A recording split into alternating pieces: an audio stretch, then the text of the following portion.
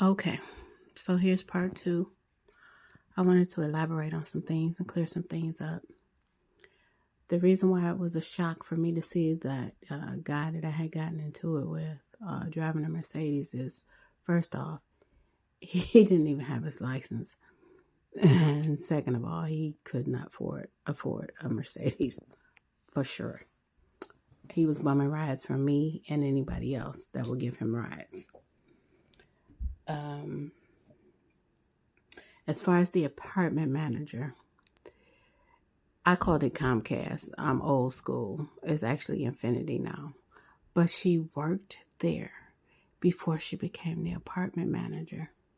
So it worked quite well with the interference with my internet that I was constantly having. And it would wait till the best part of the movie and it would cut off. And I didn't get it. I really didn't get it. I still may ramble a little bit because I never planned on posting anything or doing anything like that.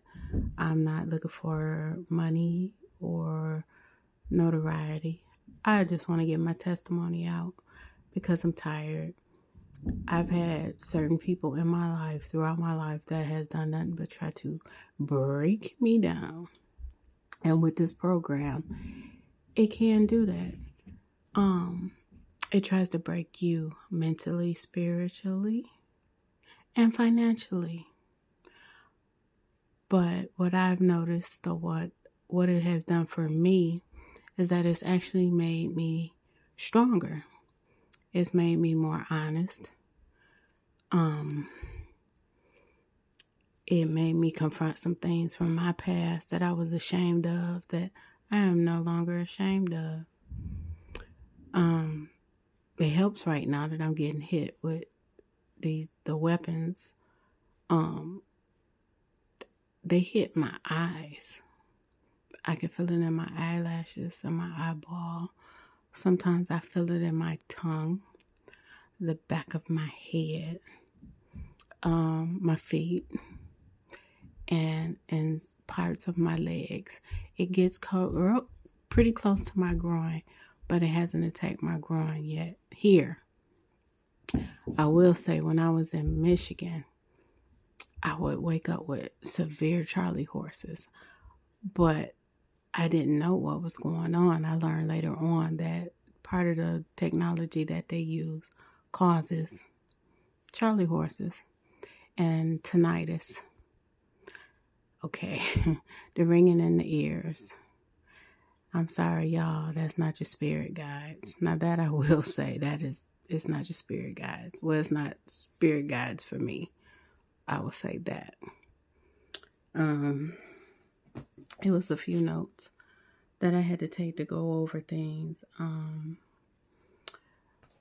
I constantly had people with their smoke detectors going off.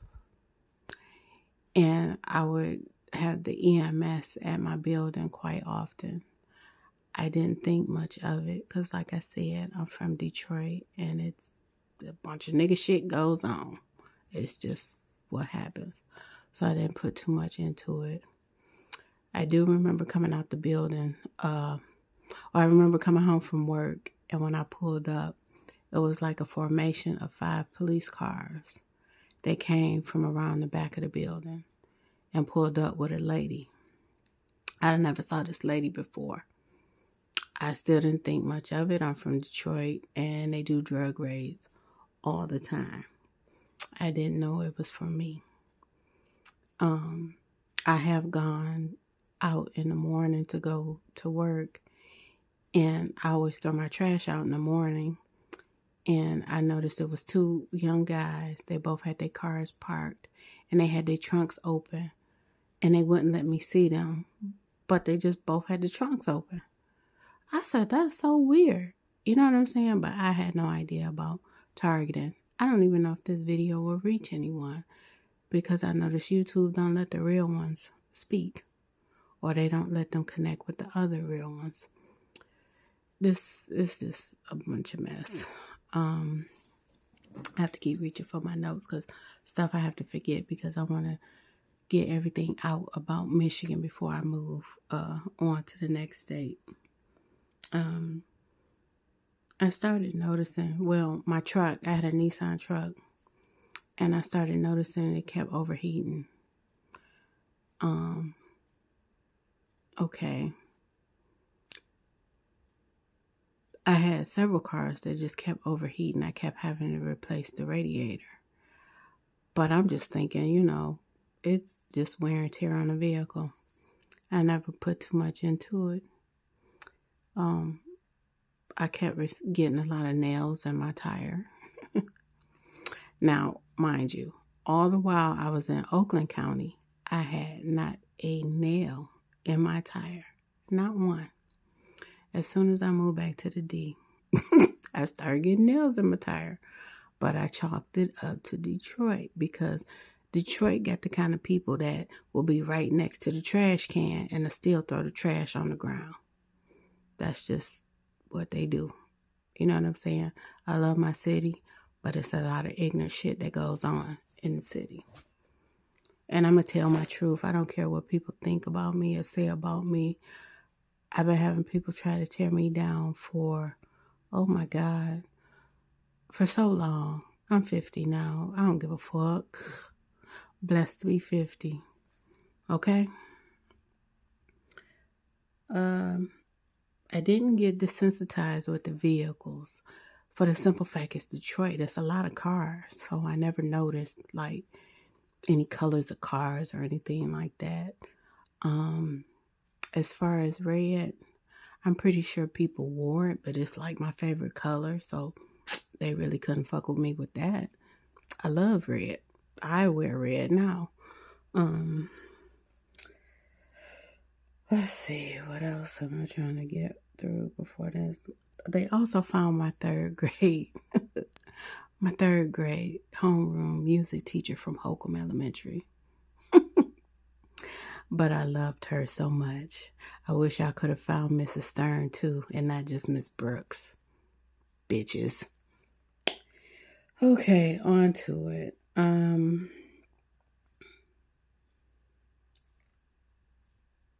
don't have my glasses on. I'm old, but I'm gonna tell my truth. This is more so a testimony than like giving information about gang stalking, because there are so many great content creators that have the information for you. This is just something I need to let off my chest at 50 years old. I need to speak my truth. I will tell women to be careful when moving into an apartment and you're single and by yourself. I never paid attention. It was my neighborhood, Brightmoor. So I didn't really pay attention. It was a building that I was familiar with as from childhood. So I didn't think nothing of it. But the apartment that I was in was set up for gang stalking. There used to be a pool there back in the day. So the pool house was right outside my window. A blaring light. It wasn't like that at first. But I noticed when I would have company, the light would blare right in my bedroom. What other stuff that went on? I would receive different people's mail in my mailbox. And what I'm realizing now is that was telling me who was watching me. Because the first piece of mail I received, it was the guy upstairs. I just returned the mail. I put it up under his door and kept it moving. And then the second piece of mail I got was the maintenance man. And the maintenance people are in on it. Your neighbors are in on it. It's sad because out of all the people that did it to me, because I had all races do it to me. Well, not Asians. I didn't have any Asians do it to me, but Arabs, because it's Michigan and we have a high population of Arabs. Grew up with Arabs and have not one problem with them. And the Mexicans, I had Latino people, Latins, Latin, Hispanic. I don't know the right terms for people, pronouns, all that. I don't disrespect nobody though. So I had that aspect of it going on. But my people are the worst. Black people are the worst. And they'll do anything for money. And that's the reason why we can't have successful businesses, because we always got to do the hookup, or we always got to do something under, just low. Can't just do a damn business and just work. It just be right. Always got to steal something. And the killing part is that niggas don't even realize there's a thing called inventory, and people check their inventory. Okay, anyway, I digress. I'm just letting off steam. No one may ever see this video. That's fine with me. But I'm at the point in my life where I feel like I'm in a corner anyway. You know? So it is what it is. Now, before I moved back to Detroit, I was still in Oakland County.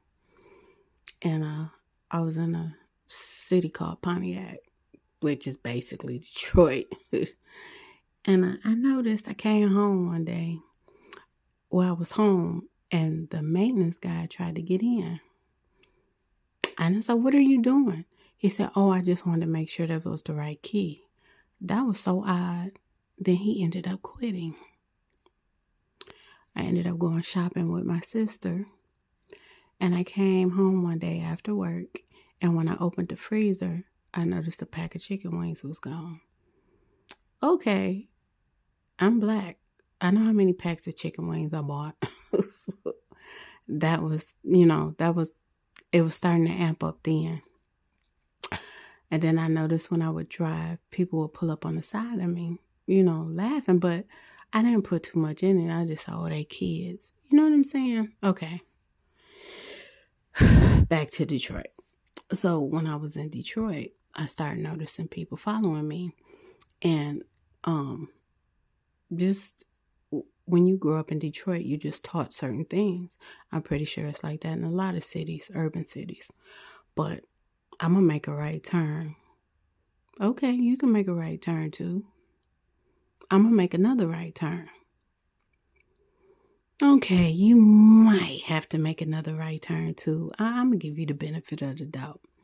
But I'm going to make this quick left. And if you make that quick left too, it's on. So I had a lot of that. But it was young people, so they really didn't know. You know what I'm saying? Because it's like old heads. I mean, there's some that do it, but for the most part, old heads really ain't into dumb shit like that. The ones that I know, well, my generation. So anyway, I started noticing that. There was a lot of girls with them snuffleupagus fucking eyelashes that would pull up on the side of me. Cars just dented all the way up. No license plate. Okay, that's odd. You know what I'm saying? I had all these different cars. Nice cars. Tinted windows. Okay. Nice rides. It's Detroit. So I had this one particular Charger. It was a charcoal gray. It stood out. No matter where I was, this car would ride past me and it would rev the engine so that I would know. Okay. Then when I would get off work, because I would always be the last one getting off work, I used to have to set the alarm and leave out. So when I would go to leave out, or the one day that I went to leave out, this Charger pulled up right in the doorway. So I walked away. And I waited till the car pulled off. The Charger also showed up at my apartment building. I can't say for sure, but I believe I know who that was in that Charger.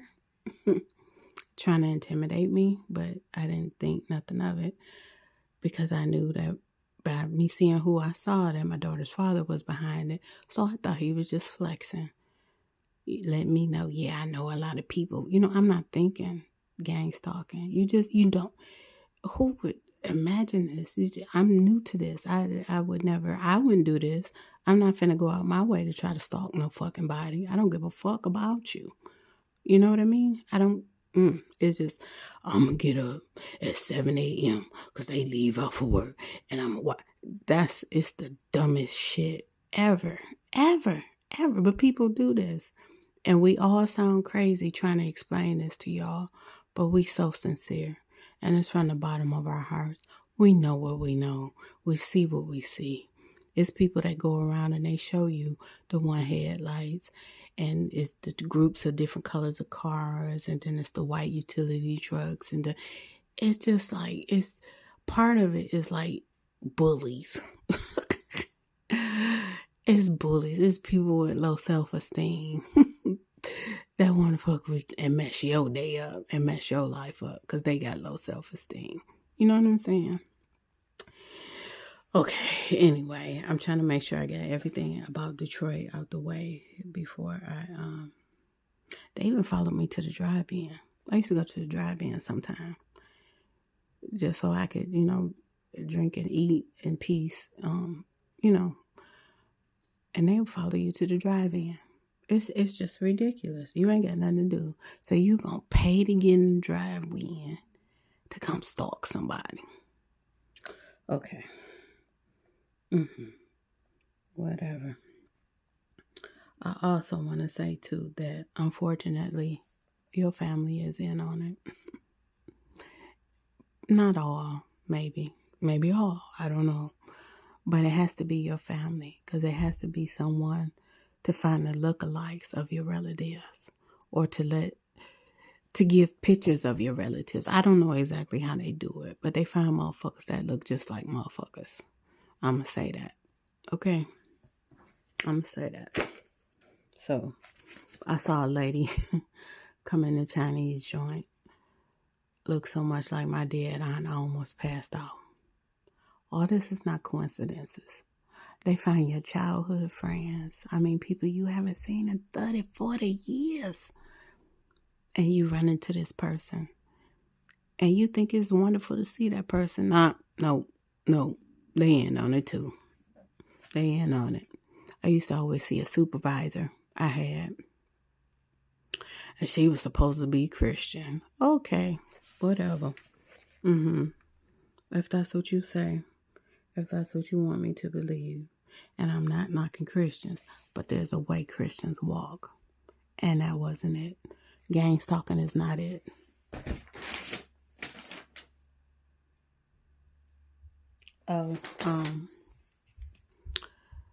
With the apartment, just be mindful, ladies. On my door lock, I came home and I noticed scratches. It was like identifiable scratches. It wasn't scratches from like you missed the keyhole and you scratched the lock. No, this was like dug in. Like they took their time to scratch